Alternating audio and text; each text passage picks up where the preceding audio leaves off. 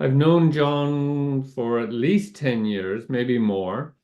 Had the opportunity to not only have many good, interesting conversations, but also to work together on a fairly large client project for a couple of years and think about how do we apply many of the things that John is going to talk about tonight in real world situations. And that balance between very kind of conceptual abstractions and real world applications has been a real fertile ground for this kind of exploration.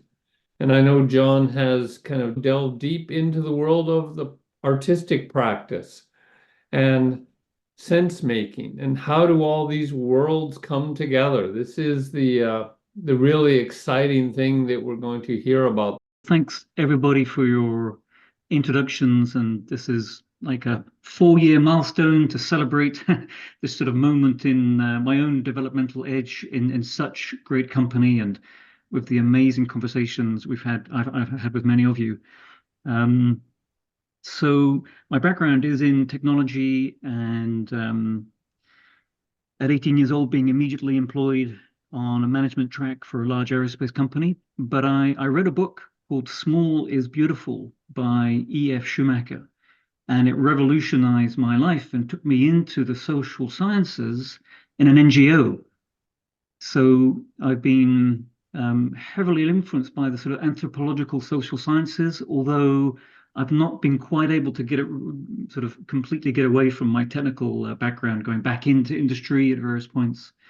But in 2008, I created a consulting brand after an MBA where I heard Dave Snowden was a lecturer of mine in 2000 at my MBA school. And again, a kind of a life-changing moment, because narratives and sense making, that's where it all started for me. So I'm using the anthropological hat in sense making primarily, and broadening it out with this artistic dimension being only the last 4 years that I've really sort of given myself the permission to commit to an artistic practice and absorb that into my previous lives. Slides that I have are based on my experiments in an artistic practice, so I'll be leaning on the imagery, and as one of my kind of mantras in the last 4 years, connecting to soul and connecting beyond the verbal. So I'll go directly into the first slide, if that's okay. Go for it. Okay, great. So this actually is one way of showing you the presentation plan.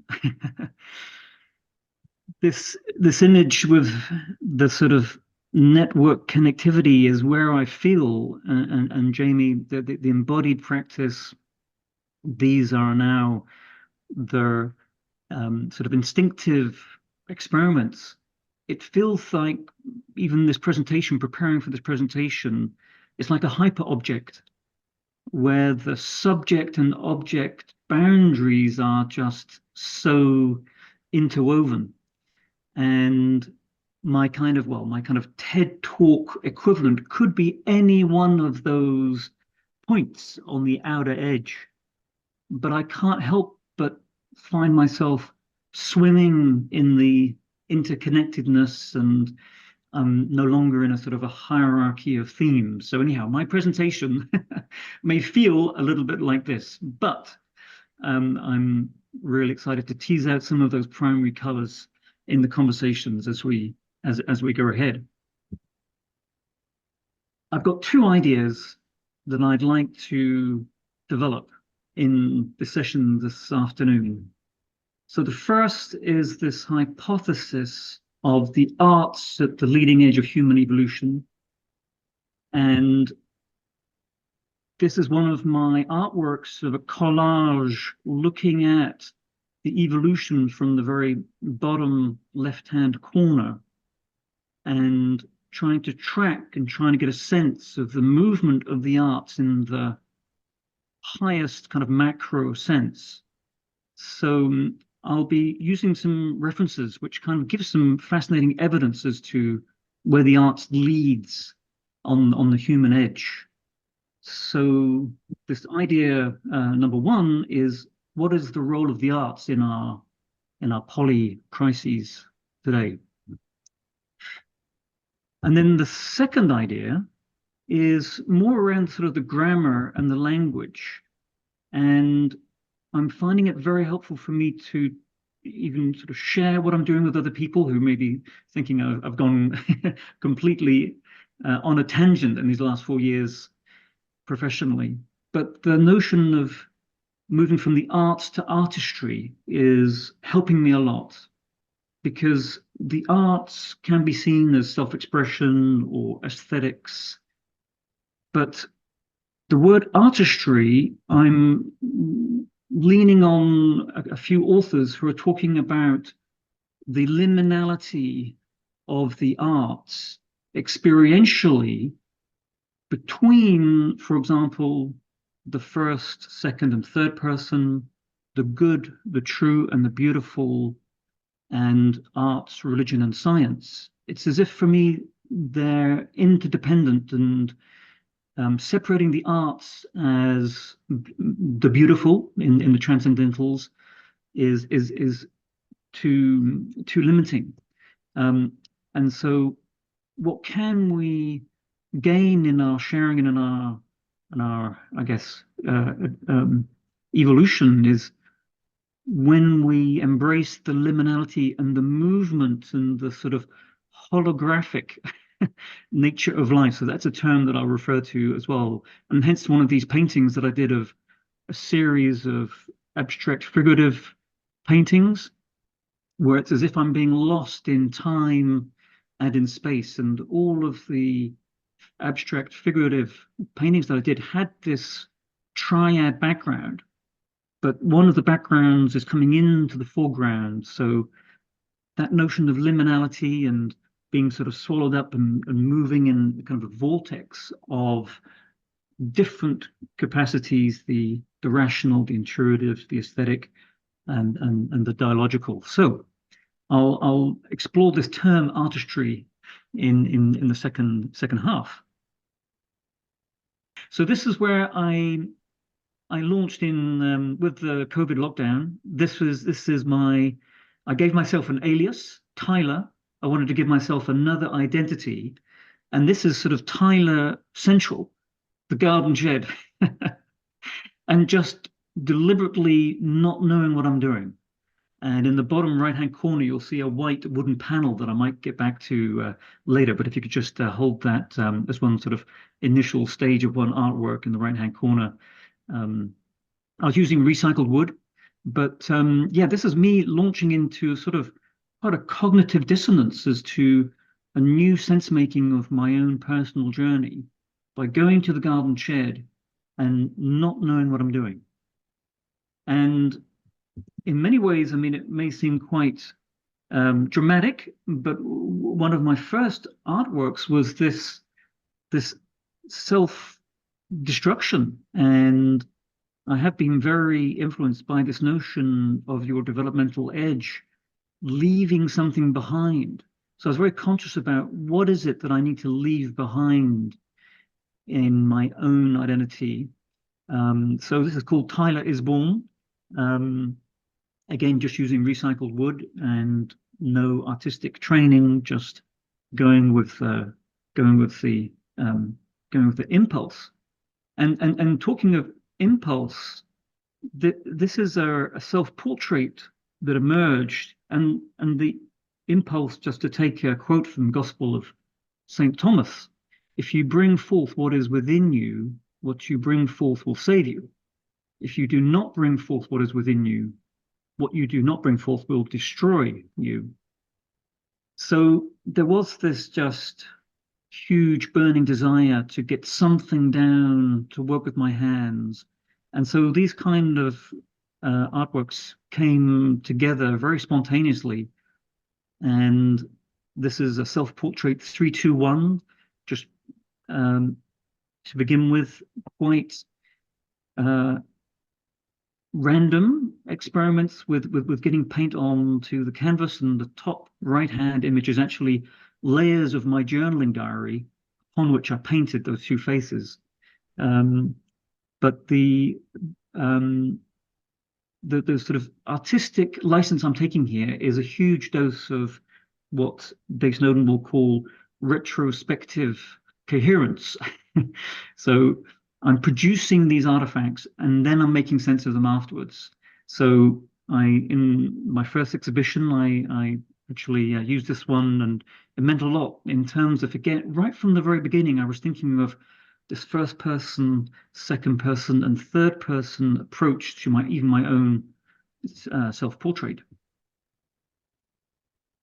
And then with a connection to my collaboration with Jonathan, working with narratives at large scale in organizational development, I was very consciously also wanting to work in the second person. So an artistic practice, almost an artistic performance of sitting with people in silence, but with a camera rolling. So I've filmed maybe about 50 people over the last 4 years, a lot of them remotely, where I ask no questions and we do an initial meditation. So this has been very rich to sort of complement my own sort of, let's say, painting, sculpture work. To have this almost, I feel that it's a performance sitting in front of people with no questions.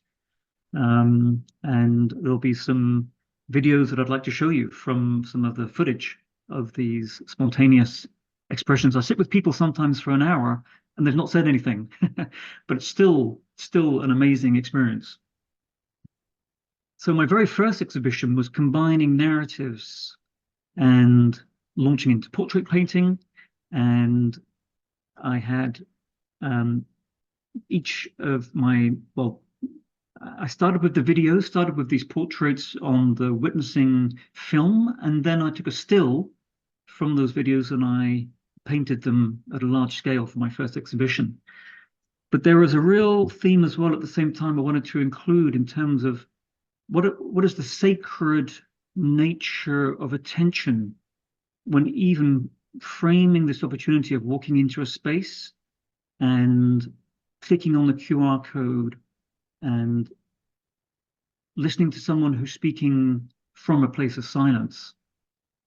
And I even did this as another artist, almost sort of like a performance artist of him lying on the cross of we all have that incredible capacity of witnessing that is something for me deeply spiritual and deeply significant in the mundane practice of sitting with people with no questions. So these are some of the first experiments, my very first art exhibition. And then trying to sort of put the language to these adventures. It's been so compelling to have people like John Vervaeke, who I filmed, who comes up with a quote to say, art lies between the arbitrary and the algorithmic.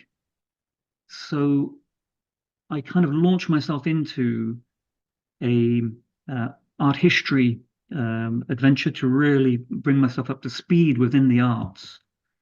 And the books that have most influenced me, a quick kind of taste here. One book by Anton Ehrenzweig, The Hidden Order of Art.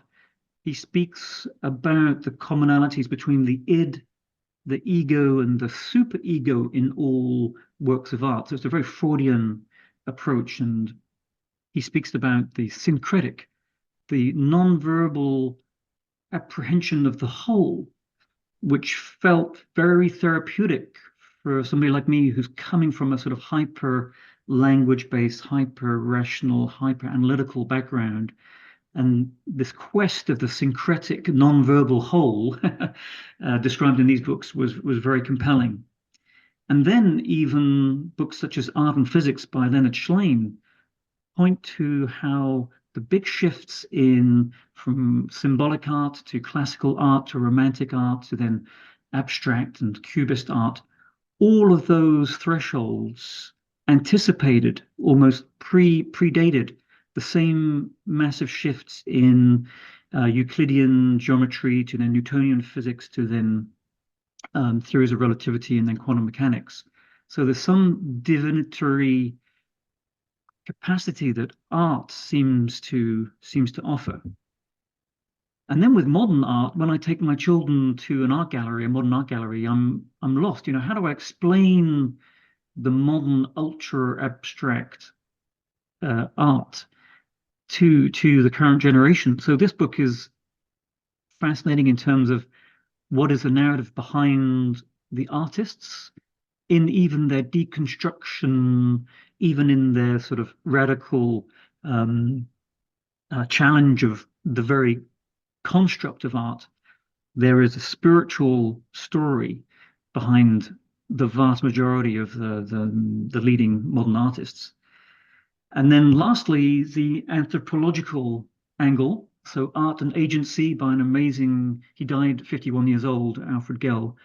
So again, the anthropology angle of art has been absolutely fundamental for my own explorations. And so I'm just getting back to the sort of, I guess, letting go of my previous life. So being surrounded by hundreds almost of frameworks in leadership, in organizational development, in economics and social sciences. So this is actually a portrait of my grandfather. It's like a negative sculpture, a framing. So it's called Frame, that particular artwork. And I'm tempted to sort of bring artistry, well, the arts and artistry into everything from developmental psychology to the Cynefin complexity framework to theory U, and then the integral Ken Wilber quadrant. So these are still alive for me, but within a very broad verb of frameworking. So I'm wanting to take a step back and look at all of the sort of the impulses of sense making, but I'm going to hold that quite loosely for the moment and sort of bring all of those frameworks that will be familiar to many of you as a sort of a collection and observing our own many ways of compulsion towards frameworking. So, John, maybe Yeah, I just take a please. moment to Yeah. engage there. Yes, please. Yeah. No, I'm just thinking about, you mentioned earlier notions of the soul. And Yes. if I think about the relationship of soul to any kind of mental activity, it sounds to me like this notion of frameworking is your way to almost make an object of the Right. whole mental realm. Exactly. That's exactly it. Yeah. And that idea of holographic nature is sort of moving through our frameworks, but not losing them completely, sort of coming back to them afresh. And the controversies in developmental psychology, a sort of terrain, a battleground of ethical use of frameworks between the pure social sciences and complexity figures in our world compared to the developmental psychology figures who fascinatingly still don't necessarily have a terrain of grammar or dialogue. It seems to be very kind of binary. Developmental frameworks are oppressive and colonial. Um, and so that's partly, yes, this making an object of frameworks. Yeah. And is part of the artistry of that to create some kind of spatial modality for a different type of inquiry that isn't so rationally or conceptually grounded. Yes, it's exactly. Yes, it's very much in a both and. So it's wanting to have the cake, have everything, um, but really highlighting the notion of the movement, the felt experience of understanding, then not understanding, analyzing and then not analyzing, or going back to the whole. So it's Jamie, your authentic movement and so forth. These strike me as being just extraordinary possibilities of engagement. And, So yes, that's, I hope I and answer. Yeah, and you mentioned holographic, and when you're describing that, I think very much of the dynamic kind of holographic universe from Bohm of the implicate and explicate order in this constant dance back and forth. Mm. Yeah, exactly. Yeah. Yeah. Oh, There's a question in the chat too. mm. Are these alternative ontologies of the self or the dynamic realizability of the self? Ooh. Maybe somebody from our participants could speak to that. Tom, what are you Any thinking volunteers? there with those? Yeah, well, they're my comments. I'm trying to center. I'm trying to feel comfortable that I'm understanding what you're describing in these. So the artwork do seem to be like human representations. So there are ontologies, the different realities of Mm. who we might be. And you talk about the holographical nature of it. I think of um, um, it's because I'm reading Alicia Duraro in anticipation Right. for the next session, but she would call Mm. dynamic realization is Right. that Yep. we are manifestations constantly evolving and Mm. shaped by our environment as well as our self. Indeed. Yep. Yes, I was following Alicia maybe about 5, 6 years ago. But it's great to hear more recent terminology that resonates. I have about 4 slides just on the significance of arts in the evolution of society. So continuing here with this first idea on the significance of the arts in our human evolution. So Alfred Gell, again, the anthropologist, he sorry, he talks a quote from Alfred Gell. I considered the various arts, painting, sculpture, music, poetry, fiction, and so on, as components of a vast and often unrecognized technical system essential to the reproduction of human societies, which I will be calling the technology of enchantment. And later in his book, he calls it the enchantment of technology. He inverts that. So these are sort of the tantalizing relationships between the beautiful and, let's say, the true, um, using the word technology popping up. So um, again, kind of a historical reference. Anthropologists are almost inverting their understanding of human civilization. This is a temple 11,000 years old in Turkey, which predates settled agricultural societies. And they now, anthropologists think that actually the ritualistic aesthetic was what actually catalyzed the first domestication of crops and animals. So we could almost imagine how ritual is just at the core of the human condition.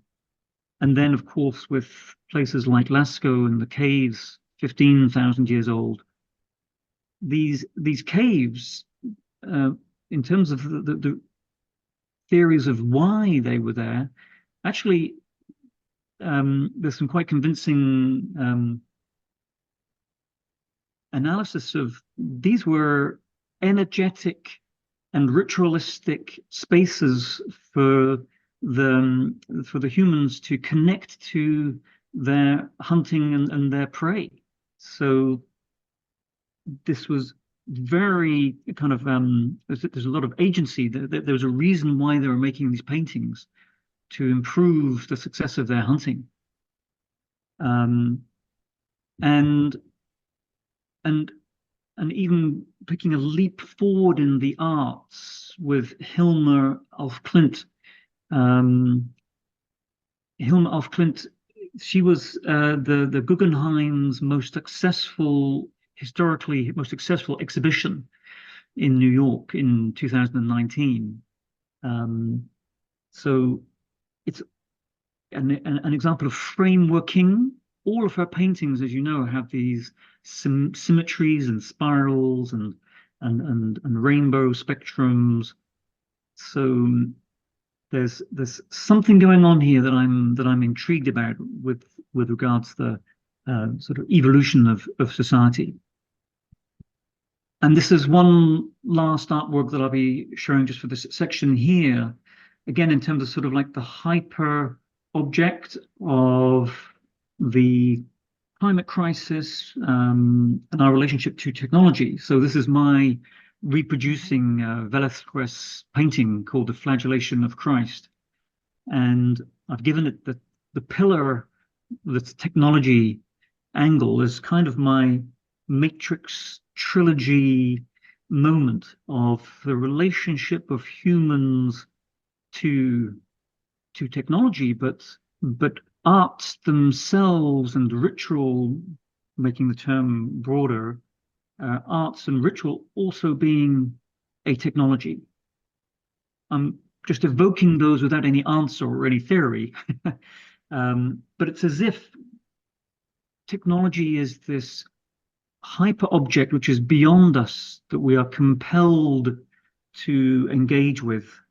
And is there some reconciliation? So, of course, art in the age of artificial intelligence, absolutely massive subject, but there are some themes which are cohering for me to make sense of what might our relationship be to artificial intelligence. At the same time as thinking, what is our relationship to the arts at a societal level? So that leads me to one possible video. Actually, this is 5 minutes long. I'll stop here. This is Jennifer Garvey-Berger speaking to a sculpture that they installed in their community in France, their multifamily community. But it's a 5-minute video, so I'll propose it at one point. But that's the first invitation to reflect at this macro level, if people are up for that, of the significance of the arts in poly crises. If you click on breakout rooms there, you see 3 options. So there's one that says the poly crisis in society, one about spirituality, consciousness, and identity, which Rose is already joining, one on arts as technology and AI. So these are just ways to kind of think, which direction do you want to unpack what you've heard so far? My versions of the slides, the stories that John told us. One about how art helps us build society and can still in the crisis situation. How it's part of how we build our consciousness and identity and connect as people, and then art as a part of the technology process, or this is a tool, so to speak. I have that correct, John? Yeah. In times of crisis, fundamental crises, there are moments of dehumanization. That's why they're a crisis, and the arts, I think, are a way to connect to what's fundamentally human to us. So that has 2 effects. It helps guide us to a new order that's more humanistic, but it also helps. It does self-care for us. It helps us feel better because being connected to what's fundamentally human, universal values is the thing that we really want to do. And it's the assumption I have, for example, in the framework of this idea of a couple things that are important about our self-experience that we want to manifest in the world. And that's true in times of crisis, but we can kind of be disconnected from that in the normal state. But in crisis, we have to find it again, and arts will help us do that, or artistry. That sounds like a good summary from the rest of the group, John and Rose.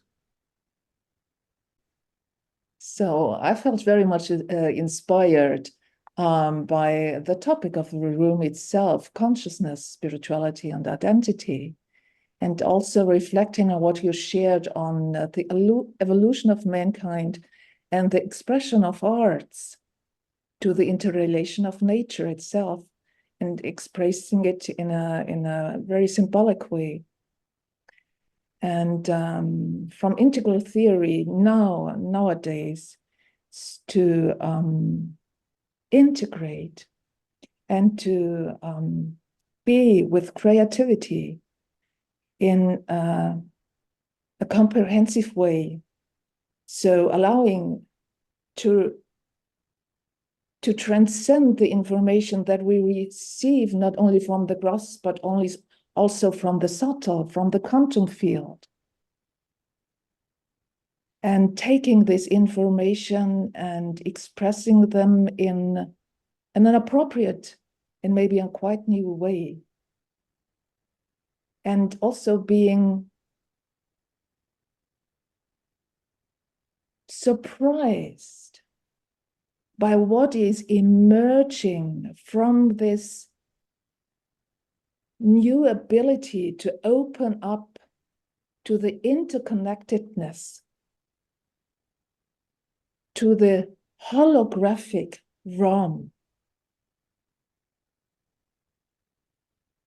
and expressing it through us, through men. This is what I take from what you shared with that, and what we tried to delve into in our breakout. Thank you. John really challenged us in terms of, art, technology, and AI, and really trying to really understand that. And whereas there's very broad conversation that, at the end we decided we should just ask ChatGPT to give it the answer to your feedback for the feedback session, because I thought that was going to be easier. But I think Jamie made a really strong point about, let's say, technology and AI and our own agency. So, it's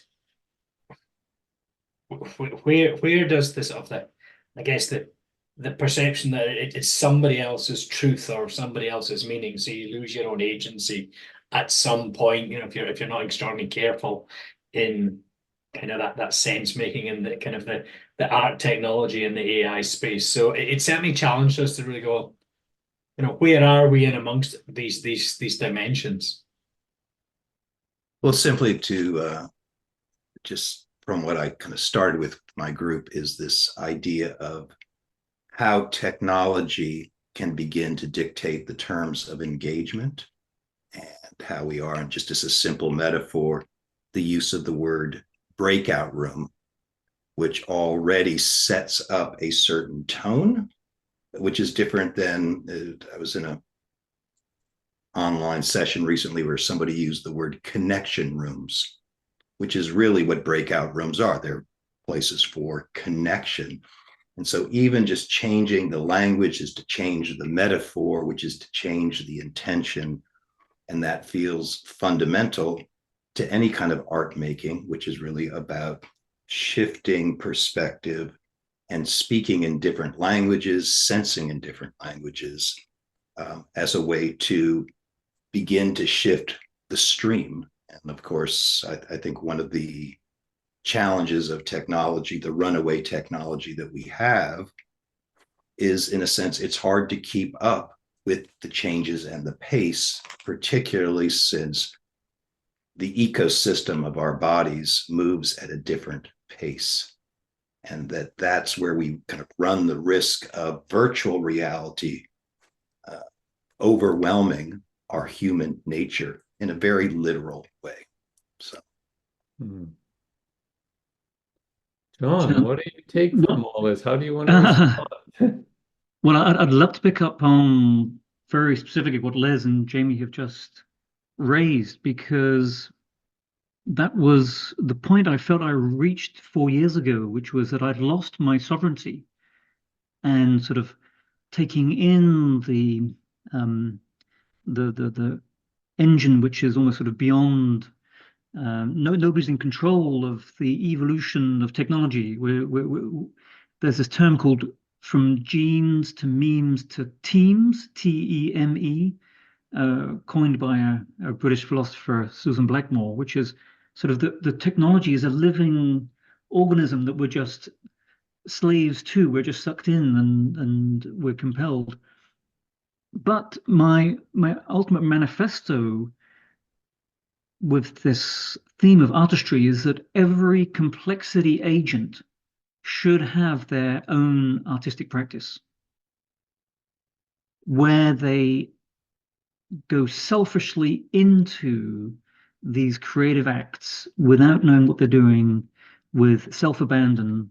And I'll talk about this a little bit later if we have time, which is the kind of theory U version in the arts. So to be very constructivist, my manifesto is all complexity agents need to reclaim a personal sovereignty through some form of artistry that is balancing out AI, for example.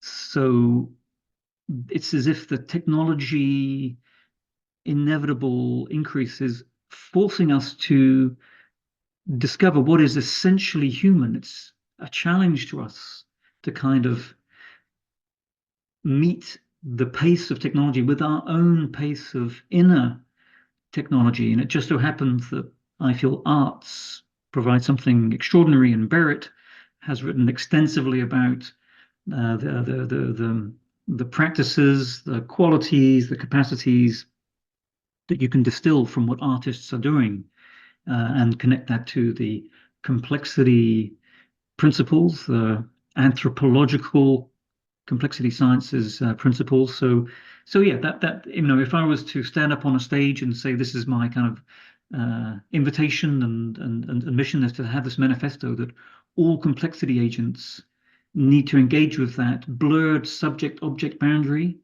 and have an artistic practice. Yeah.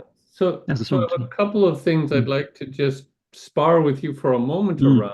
One is the use of the term complexity agents and positioning that within this sense that as you were describing the escalation of technology in relation to helping us or challenging us to define what is essentially human.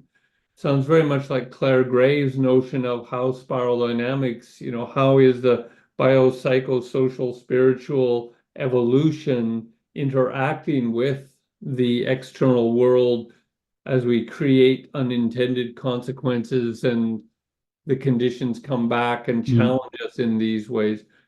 And is the term complexity agent then, do you think, a reflection of current jargon being used or current conceptualizations of the world? Because complexity is everywhere these days, it seems.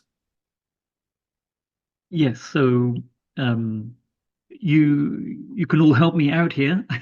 I've been inculcated, I've been let's say converted to evangelize the shift from, I guess, our Western educational system of breaking our world into parts to then understand them and put them back together again, to then a complexity way of thinking, which is very much from the social sciences. So obviously that's been around for many, many years. But yes, I kind of use that jargon of complexity sciences with that very sort of distinct threshold between the analytical, even the main sort of political approaches are very linear and mechanistic. But it may be fancy jargon, but I'm maybe too close to it to take a step back. Maybe people could. I think my point wasn't that it's fancy jargon, is it just the jargon of our age at the moment? Well, I guess in terms of there is a hierarchical connection of consciousness to greater and greater contexts of never before have we been so interconnected and know instantaneously what's going on around the world. So yeah. What were people calling it during the Renaissance and Reformation, for instance, or because like the book you mentioned around physics and the art, and I see these parallels too. Is there something that the artists are in tune with from the subtle realms before the physicists are, or are voicing this in a way? And even the cave drawings, I thought, is this simply a way of not necessarily representing experience, but imagining experience to be able to enact it? Exactly. Yeah, exactly along those lines. Yes. Well, Uta could speak to that question, Jonathan, about artists tapping into a field. That's my passion. I don't know if Uta, you might want to. Anybody else want to evoke that, because people like Lynn McTaggart talking about the field of consciousness. I don't know if anybody else wants to make any connections there. Yeah, I can take it from there. Thank you so much. So what we intend with our work that we invite to is going beyond our senses in everyday life, and not only with artists, so with everyone who feels called to, just to take a pause, to close your eyes, to allow yourself to receive information from the field. And there are various terms. And well, Lynn McTaggart names it the field, so the electromagnetic field. And let's say there are various information, various frequencies, various temperatures, various characteristics in, and everyone receives information maybe related to a certain intention in a very different way. And everyone is unique and capable in translating this information in what you also, you named it, John, to be very precise in what you express in forms or shapes or patterns, but to allow yourself to be creative in your personal, in your unique, in your individual way. So what we intend to do is, with everyone, not only with artists, but to allow yourself to open up to your right brain hemisphere, also left and right, and to connect to your intuition, to the subconscious and to the unconscious, and to allow the information to just to move through you and to train whatever you are talented with. So this is this is a way on a very simple daily basis to become creative again, to go beyond the conditions of our education. Thank you. Rose, Thank you, Uta. Yeah, I noticed you got your hand up, Rose. Is this evoking something in you? Yes, a great conversation. This reminds me, I actually had the pleasure and the honor of visiting where Leonardo da Vinci was born, where he grew up. And as you know, I don't have to tell you about his life. He came from poor life. He wasn't a very rich person. He was at those times considered to be illegitimate child. But I remember sitting outside of his house. They had made a museum of it, and there he used to sit and watch nature. And because he was quite lonely, he was an only child, and because of the circumstances of his life, I was just marveling at how he was able to tap into his artistic side as well as his rational scientific side to come up with, his great works of art and great engineering feats. And Galileo might be in that category, but what I kept questioning, was it because of the loneliness? Was it because he was ostracized? that he was able to, from that suffering, be able to create these magnificent pieces of art, engineering feats. That's a thought that came to my mind when we were having this conversation. When I hear that, one thing that comes to my mind though is we often look for, I would say, answers to questions like that in externalities. And I was very drawn to James Hillman's The Soul's Code, where he was showing that genetics and environment cannot account for character. That not for the whole of it. They can account for many, but there's something about the human spirit that transcends those conditions. So yeah, just where do we, and I think, John, you're trying to evoke some of that looking upwards or upstream, so to speak. Yeah. Yep, totally, yeah. Yeah, so Les, you were first with a hand and then Jamie. So I think with Tom's questions on my other screen here and you, John, talking about complexity, I'm kind of left with a sense of, I guess, technology. So we're in this technology group. So we're in a world of conscious overload right now, right? I mean, there's Right. more information, more at any given time than we've had More content. in our life.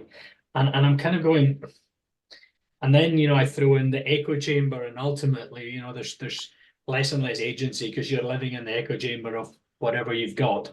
Right. So that the sense of, I'm almost kind of feeling that through this, and it was only when Rose talked about that kind of being ostracized and loneliness, effectively that's you coming out of your echo chamber into this kind of your own kind of personality and your own identity. So I'm kind of, it feels like there's a potential to become less creative in the current environment. That's what's sitting with me at this moment in time. Just that there is so much information that you can't.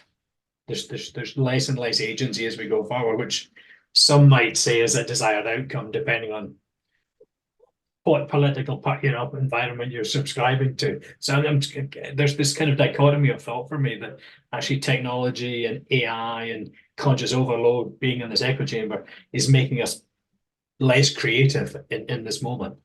So where do you find that? Where do you find that this? How do you kind of quieten everything down to allow your personality to, I guess, spring out? Yes, well, it's coming back to my manifesto of a evangelizing of a sovereign first person artistry practice. And so, yes, I feel that we're kind of in the age of the great integration. So there's, as you say, just content overload. But how do we make sense and integrate that?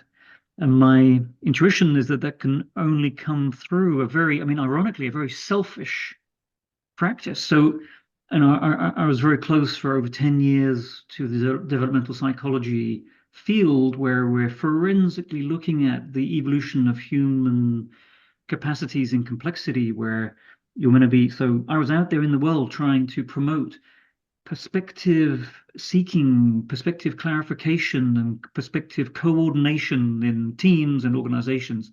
But then I kind of just felt I hit a wall.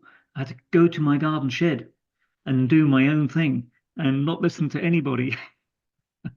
And yes, that's partly my response to your evocation, Les, which is very, very meaningful to me, resonates a lot. And I'd love to hear if anybody else has their own reaction, but that's my presentation, and kind of these are the artifacts that have come out of that selfish practice to kind of reclaim something. Yeah, and I'm going to suggest that we take Jamie's comment in response and then make a transition, because I'm mindful of the time, and I think it would be quite interesting to listen to this 5-minute video with Jennifer as a way to maybe evoke another level or layer of space in the conversation. I don't want to open up a whole other can of worms, but I want to kind of bring another perspective about the field. Mm. That the field is not necessarily benevolent. Right. Here in the United States, it might be a little different in Europe. But here we have a lot of people who claim God spoke to me. And so as a politician, I'm going to enact these rules and regulations. So it seems like we've gone a long ways from the world of objectivity, and now we've swung to the other side, to the world of subjectivity, so that opinions are, in a sense,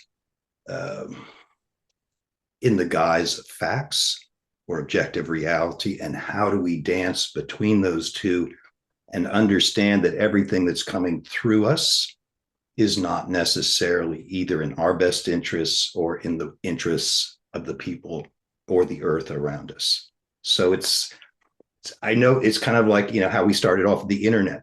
The internet is just going to be a fabulous place and love, peace, and lovely, everything. But so it's just kind of another way for me at least, to think of the field and how we grapple with that and how we bring a discernment to what we're quote unquote channeling or that's coming through us, because the field, like any other field, has a lot of noise in it. Or is it fields? John, Indeed, any yes. Well, comments before we make a transition here? yes, well, I mean, it would be amazing to kind of bookmark another conversation, Jamie, thanks to your evocation there, because this is my use of the word liminality. Can we bring some aspects of the true, the scientific, the rational to these, in some ways, very aesthetic waves that people are, they feel that they've been called by a deity. How can we bring in a cycle of rationality? But if we go hyper-rational, then we get into trouble as well. But so that sort of unfolding that relationship between all three of the good, the true, and the beautiful is fascinating for me. You evoked that for me, which is there's nothing. It's quite extraordinary when people are called by something beyond them. But there's the shadow side of that. How can a process of this holographic movement, we keep it in check? There's some social platform for holding that with discernment. So it's a big one. Yeah, but let's take a moment here. Tom, you usually have a little infomercial for us. So is that come up?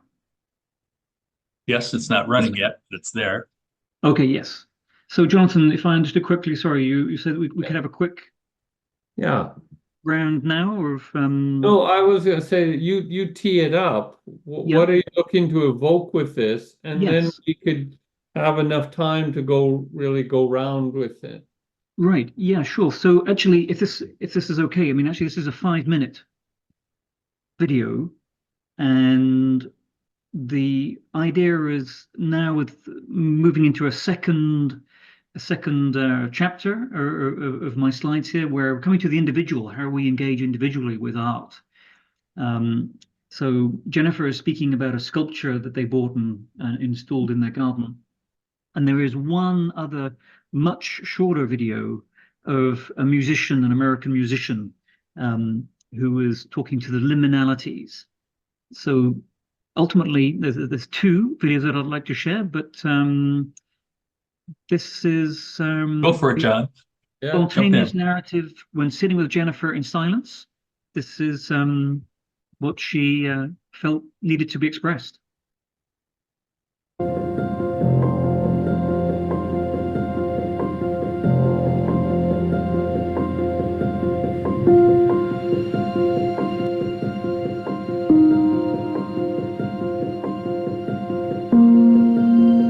Actually today had a bush cut down so that I could see it from my study. was quite an ugly bush.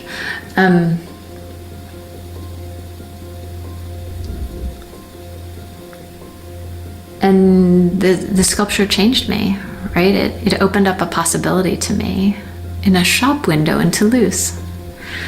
Opened up a sense of possibility for me that meant I couldn't quite hold my life in the same way. I couldn't quite see things in the same way I had seen them before. That's a cool piece of art. This is a sculpture of a child, a young person, probably poor, barefoot, and wearing rags, standing on a tree stump. And the child's hands are outstretched, and around the child, on the ground, on the arms, on the tree trunk, are crows.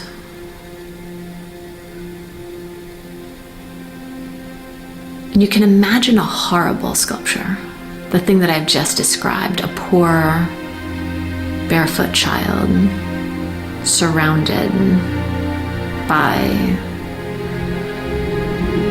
somewhat frightening birds on the child. It's swooping around the child. But the sculpture is quite beautiful. And the child is so beautiful. And the birds are so beautiful.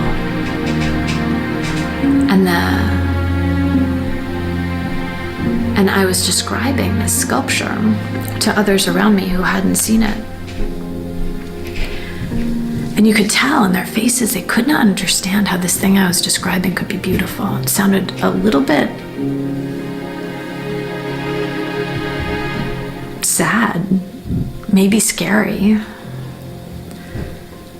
maybe ugly. And then you see it, and it's beautiful, and it feels good. You think, oh, this is this communion between this child and these birds. It's generative, it's loving.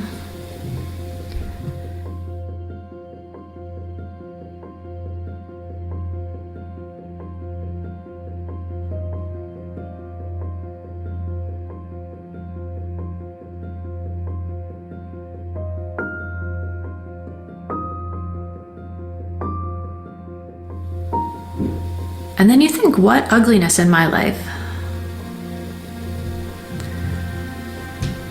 What thing that I keep away, that I'm afraid of, that's cawing or pulling at me? If I open my arms and I welcomed this thing because it's the life that I have, how would that be different? You know, and I think about events in my life I really didn't want to have. Awful experiences of sickness or loss. And I think it's not that I would ever open my arms and welcome those experiences back. It's not that I wouldn't, choose not to have them if somebody gave me a choice. Like, do you want cancer or not cancer? It's not a hard choice.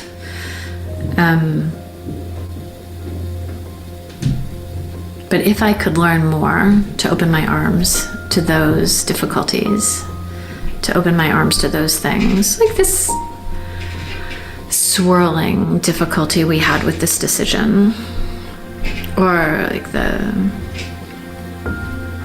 surprising things that come up from leading an organization, surprising difficulties. If I could open my arms to them and wonder about in what way are they beautiful, that changes it changes who I am, it changes what's possible, it changes what they are. This is what this piece of art called to me and reminds me of, and why she matters here, why the sculpture matters here. So I hope a sort of a somewhat meditative moment sitting with Jennifer, and it was one of my curiosities engaging with somebody like Jennifer in the field of developmental psychology. What are our edges for each one of us, wherever we are in our maturity on our adult journey? And it just stood out that the art here gave an affordance, gave something to really evoke a powerful and deeply personal narrative, and reminded me of how artists and artistry are kind of like the most hopeful way of being in the darkest of moments. So coming back again to the polycrisis theme, there's something that the artist is able to do, the artistry way of being, always looking for the beauty in that darkness. And so that's why I wanted to show you that video. And then, you know, there are many things written about how artists are always the first to redevelop the most marginalized areas of our society. They're always opening up new possibilities. So I think in terms of time, I'll hand over to Jonathan and Tom for the sort of closing phases. But there would be, if another opportunity comes together, there would be a deeper set of examples of the liminality of artists, how they're moving through the you, they're going through breakdown, they're always having to remind themselves of the magic of their creativity. There's hopefully a continuation of this conversation, but I'll pretty much wrap up there, Jonathan and Tom. If I'd love to hear over to you and the group. What I'd like to do is just allow a kind of popcorn style checkout round, right? So that we have enough time so that people can take a bit of time to just share. What did this evoke for you? What are you sitting with now? What would you like to leave the group with? I'll share something that I shared in one of the connection rooms. I'm going to use that word from now on, about being the pawn of creativity. Something I came up with when I was playing the piano in my younger days. That sense of this happened to me. I was able to play it, but outside of my physical presence. I could see myself playing it, hear it, and scary moment because I never experienced that before. But in that fear, in that unexpected, I had an appreciation for the power of creativity and artistry. And so this session, there could be so many conversations that we could go have. Each one of you has said something that I wanted to look into further. But I thank you for evoking that, reminding me of all those things. Yeah, thank you all for all this inspiration. And I'd like to leave you with some kind of contradiction, because you, John, you just said the artist is always looking for the beauty. And I don't think so. And, I'd like to ask if art is always about beauty, or is it always about aesthetics? I don't think so. I think a lot of artistic work has to do in the end, in the effect, with irritating people, and maybe pointing to ugliness also. And maybe it's not even always about self-expression. So. Thank you. Yeah. Mm. Maybe Well just taken. sometimes the fun or to play with something, and so there are so many options to deal with the world. So maybe that's a little bit too narrow, but I'm looking forward to talk to you about that. Mm. Okay, where it leaves me. So this was a beautiful finish of the whole session, and it reminded me also of scary or very moments with deep grief, where I found out that going to poetry actually helps me through that. This is one, it helps me, but it's also then evoking what I say or express in others something thoughtful, so that this also opens up a conversation and in that sense connects us. And so thank you very much for your inspiration today.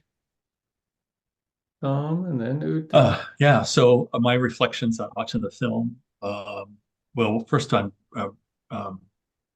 Barrett's comment, I think, yeah, human behavior has all kinds of motivations, right? So you're right, all artistic behavior and representation comes probably from many different places. That's a fair statement.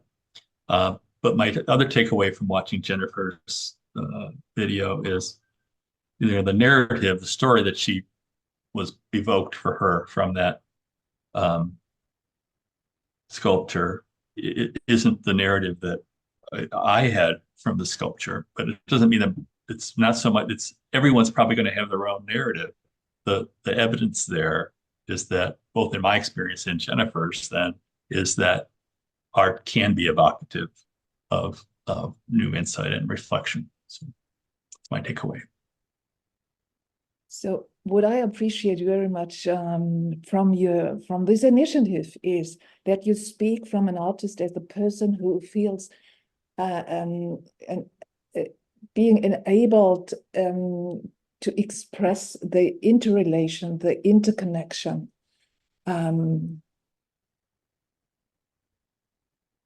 With the quantum field.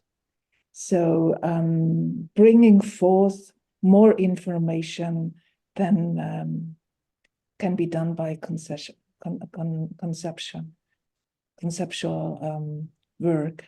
And it reminds me to a very important work from Jean Gebser, The Ever-Present Origin.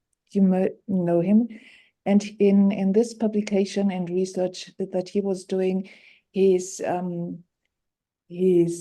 presenting the evolution of mankind through artwork. And he is interrelating the creative expression with the development of consciousness. And now entering into this new structure, in the integral structure of consciousness, it maybe enables us to transcend our crises, our problems, our difficulties, and to integrate, to transcend them, and to integrate, include, Ken Wilber say, transcend and include, to integrate in a new way, in our daily life. And this cannot be done through concepts, but through experience. Yeah, it's quite a new way that we have to find ourselves.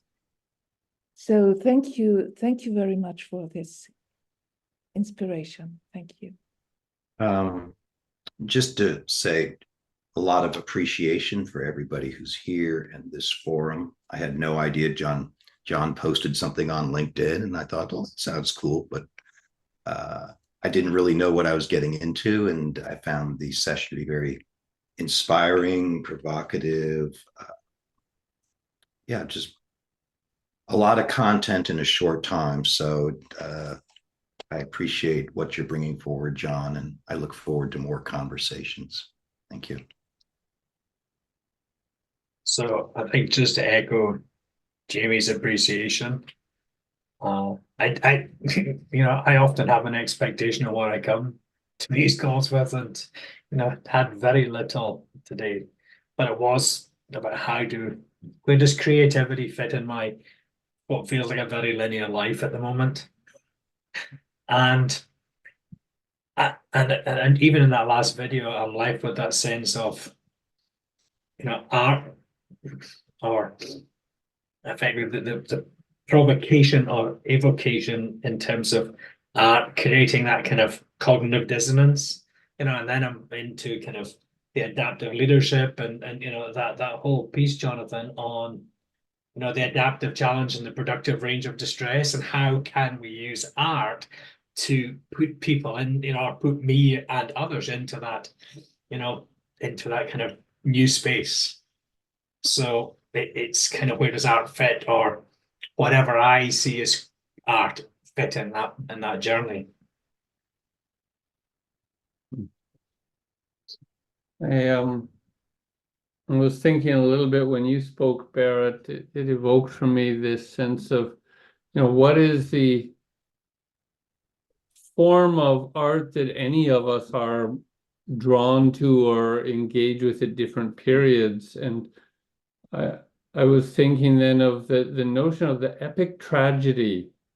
And my first exposure was Solzhenitsyn when I was about 14 and reading August 1914.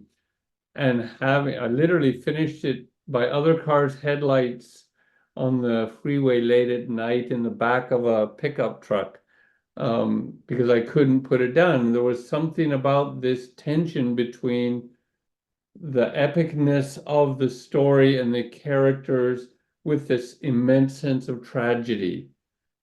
And so in terms of what is beauty, or provocation. And then I also listened recently to a podcast, and it was not my first exposure, but my first understanding of this modern philosopher, Zizek, who they say, operates in a kind of very provocative way. It's almost like Socrates, just kind of trying to deconstruct the forms of technology, of conceptualization that we find ourselves wandering around within. And so my sense from what you presented, John, is artistry as a way of almost like that gun and the bullet going through the head, we do not become born until we die. Yes, I have. This is the sort of the continuation in the presentation, is the particular kind of role of artists in deconstructing necessarily. And maybe that sort of connects to, Barrett, what you were evoking. So this is an area that fascinates me. But yeah, well, thank you so much for all of your comments, and I'd love to hear. I mean, so many of you have practices, artistry practices, so it would be great to connect somehow with all of your work. But so we have 3 minutes, and any closing words? Tom, did you on mute? The silence speaks louder than words. Yeah, not that fit into 3 minutes, John, other than thank you for taking the risk. I find that people of substance or curiosity who come and help us open a conversation are really part of the mission we have here, which is to try to knit together a more cohesive sense of the whole amongst all the various different perspectives and disciplines around who people are, and how we are creative or generative. What I hope is also a sort of a new set of grammar, a new certain language to help us. That's what I'm curious about, actually, is the grammar that might be able to help us navigate the territory, this territory, because as was wrote before, Barrett, you sense it's not just self-expression. And again, that's why artistry as a term interests me. I've got a book on artistry and the real. Okay. Super. Well, thanks to Tom for the invitation. Thanks, Jonathan. Yep. And to all of you. Chin chin. Look forward to connecting with you individually. Take care. Yeah, bye-bye. All the best.